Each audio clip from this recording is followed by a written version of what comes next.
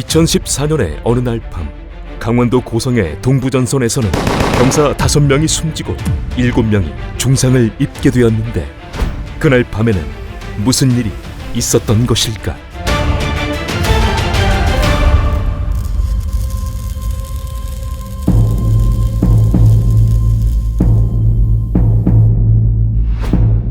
(2014년 6월 21일) 밤 8시경 강원도 고성의 동부전선.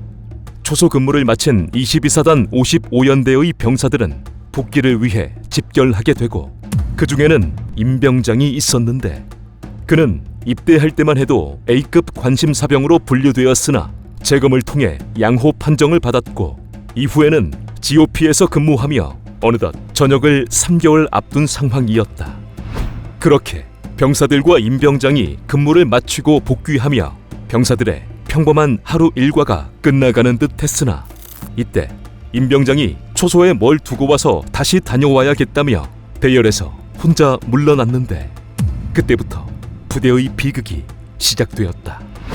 대열에서 물러난 임병장은 갑자기 복귀 중이던 병사들의 뒤에서 은밀하게 수류탄의 안전핀을 제거하더니 복귀하는 병사들의 뒤를 향해 굴려버렸다. 직후 수류탄이 폭발하며 한 병사가 파편에 맞아 쓰러졌고, 갑작스러운 상황에 놀란 병사들은 황급히 도주하게 되는데, 그러는 사이 임병장은 실탄을 장전해 도망가는 장병들에게 총격을 가했고, 실탄을 모두 소진하자 임병장은 새 탄창으로 바꿔가며 인근의 창고로 이동, 그곳에 있는 병사들에게도 총격을 가했다. 그리고 여기서 멈추지 않은 임병장은 생활관으로도 이동해 병사들에게 총격을 가했는데, 20분도 채 안 되는 짧은 시간, 갑작스런 임병장의 악행으로 김하사, 진상병, 이상병, 최일병, 김일병 등 5명이 숨졌고 7명이 중경상을 입었다.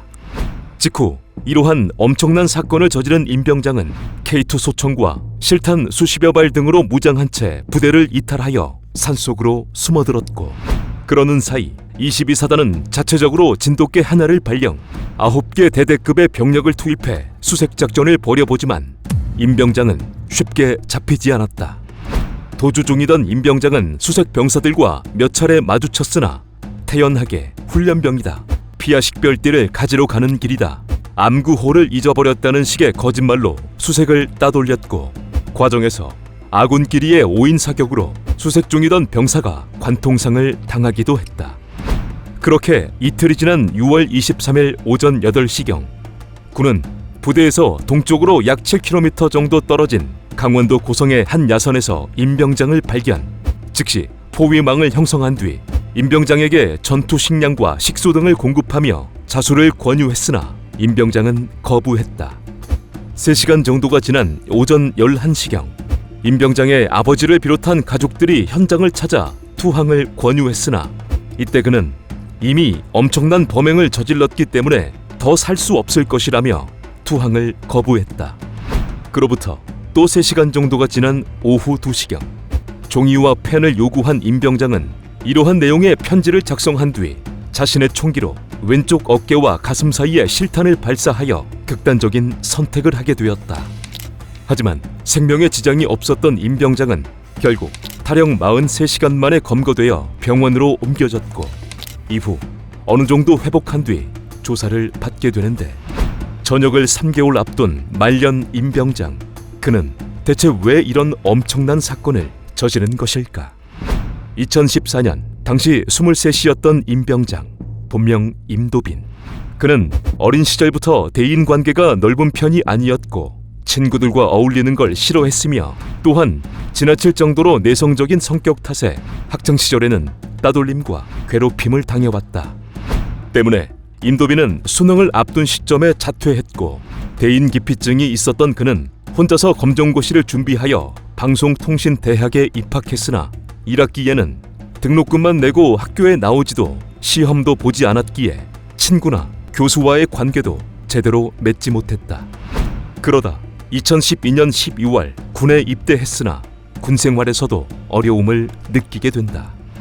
군에서는 장병들을 대상으로 2005년 경기도 연천 총기 난사 사건 이후 인성 검사를 실시, 그 경중에 따라 관심사병을 A, B, C 등급으로 나누는데 A는 극단적인 선택을 할 수 있는 특별 관리 대상, B는 충분히 근무할 수 있는 중점 관리 대상, C는 기본 관리 대상이다.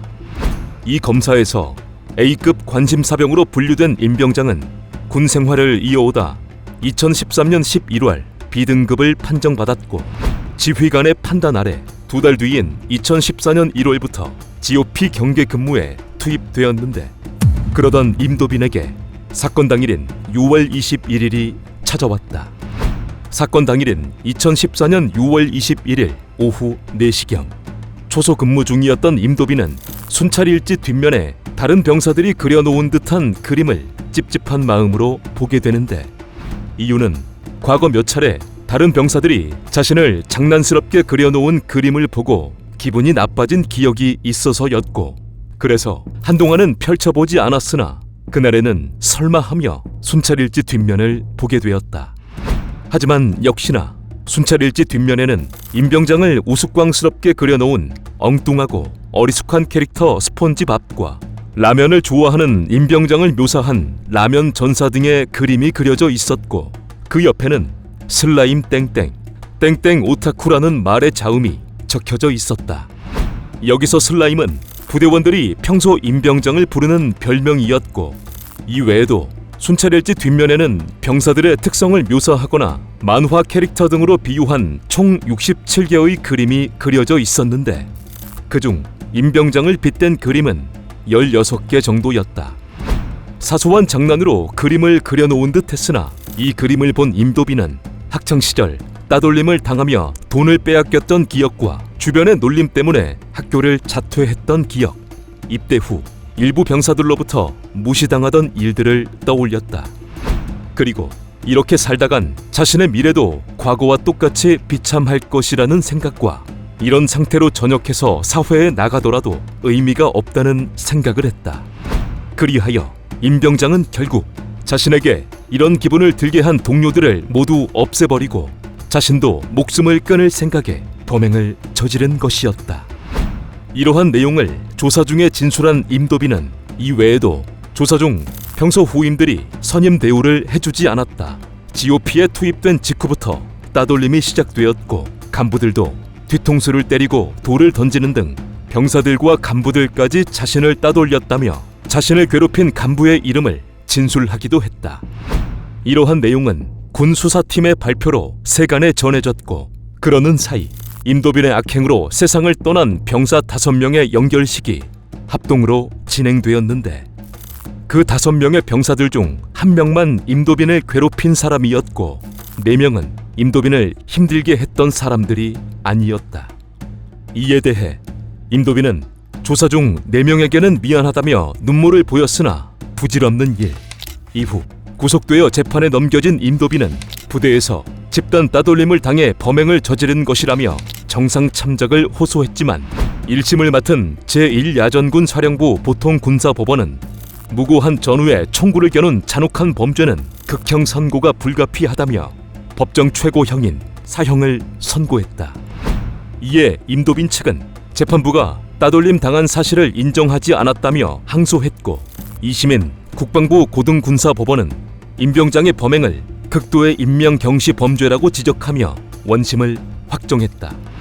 이후 이를 받아들이지 않은 임도빈 측은 상고했으나 2016년 2월 대법원 역시 임도빈은 지능적이고 냉혹하며 반사회적 범죄로 전우들을 숨지게 한 것이라며 상고를 기각, 2심 판결과 같은 결론을 내렸고 그렇게 대한민국을 충격에 빠뜨린 사건을 저지른 임도빈은 현재에도 국군교도소에 수감되어 있다.